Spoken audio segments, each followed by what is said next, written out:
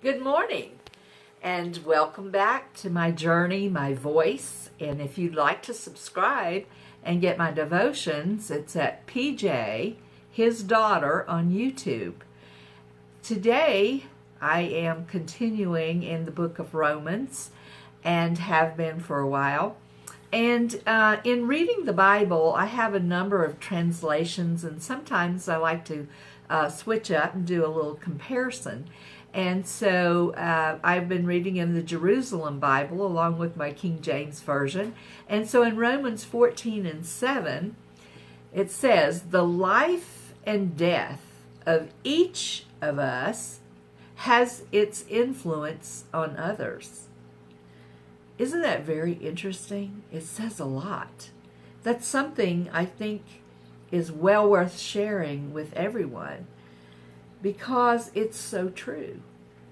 You know that saying about a man is an island unto himself, and that is not true at all, because none of us are truly an island unto ourselves. In fact, if we moved to a deserted island and we lived on that island, our lives would affect the very environment of that island.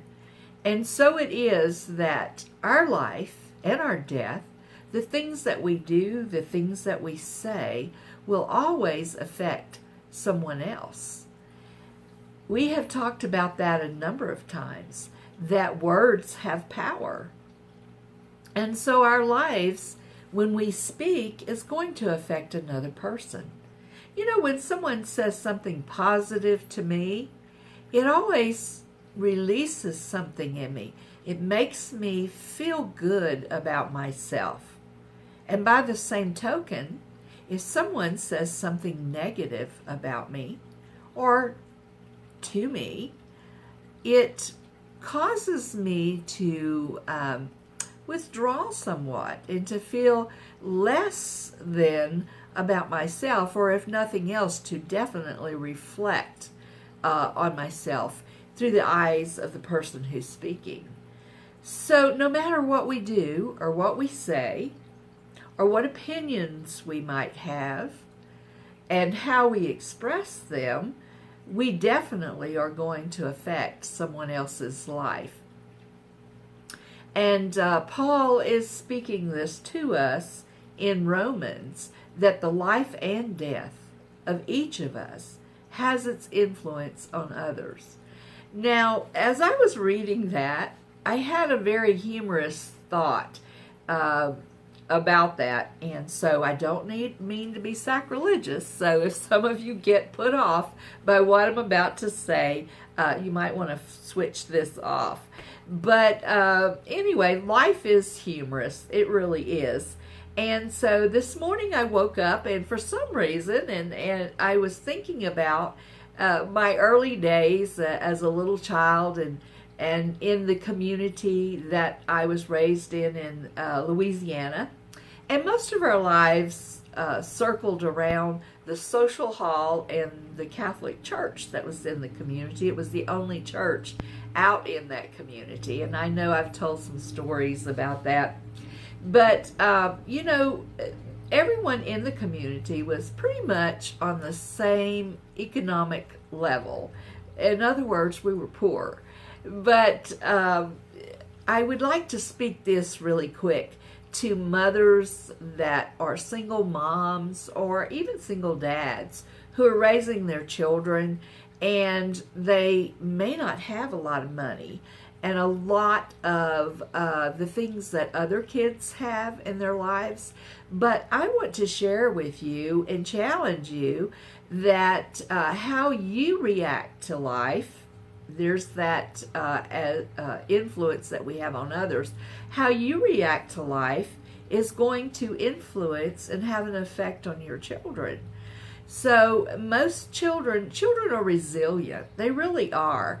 And so if you can speak positive and reflect on the goodness of God, look around you and find something in life to be positive about and to speak about and be thankful for, no matter how small or how little it might be.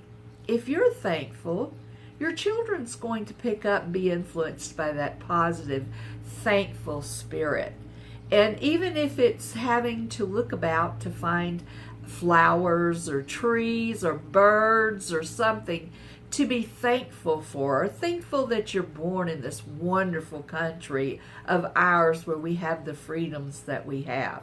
But as you are thankful for life, your children will be too, and they will not be so taken by the influence of others who may have a lot more than they do, but that do not have the same spirit that you have. So share a positive spirit. So when I was little, in our community, clothes were passed around quite frequently. So when people grew out of their clothes, the next generation received those clothes. And a lot of times, and this was when I was very young, and more so probably for my mother's era, but people spoke about the clothes because the clothes had been passed around so much. They would talk about the clothes as though they were people and that their character. So, for instance, a skirt that was passed around was spoken of like my aunt would say, "Oh, that skirt. I remember that skirt. That skirt was one that Margaret Ann wore at the social hall dance." And so that's whenever brother asked her out on a date. And so when one of the twins had the same skirt, such and such happened to her.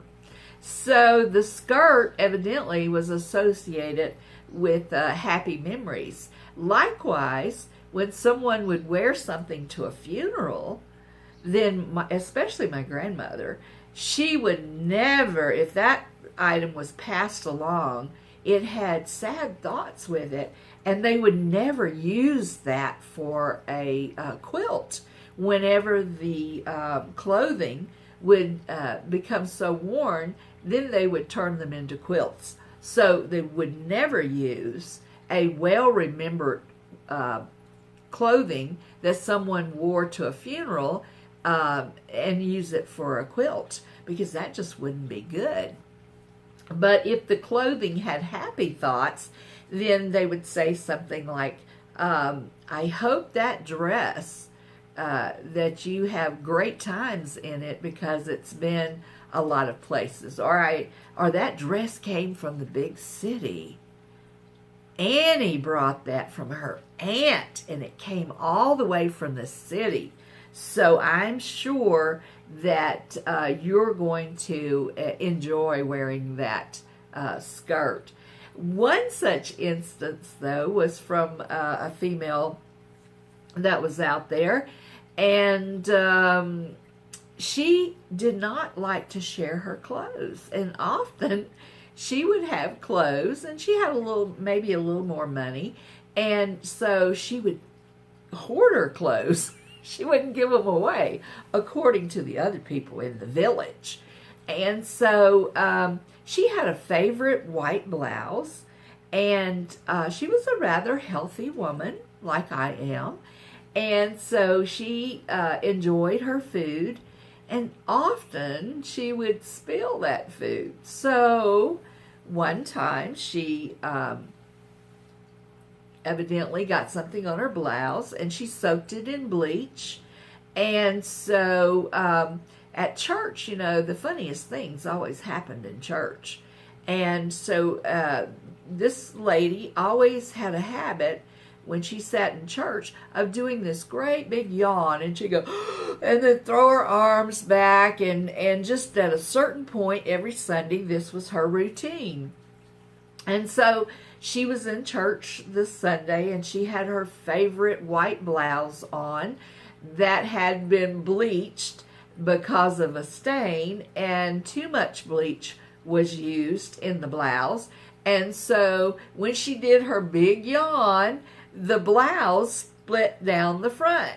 And of course it was to her great humiliation, but to everyone else, the young people especially, it was very humorous. And then my aunt said, You see, that's what happens whenever you hoard. That blouse was entirely too small for her, and she should have passed it along. And so most people did pass along their clothes. Now, sometimes in the guy's case, they just used patches, and they patched their clothes.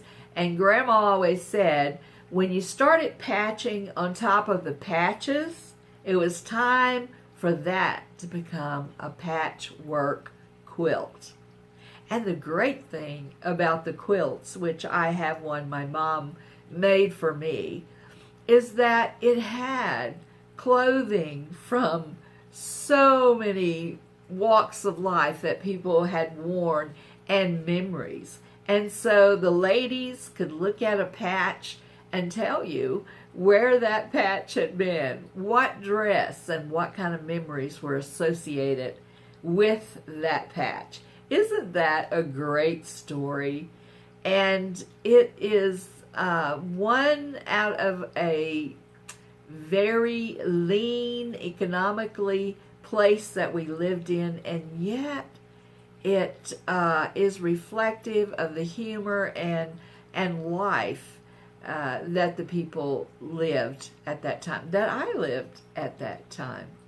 So I want to leave you with the thought and the that I hope that you'll think about this week, that truly your life will influence someone else. Even if you think it will not, that you think your opinions don't count, they really do. And all of your life and your death will leave a mark, one way or the other.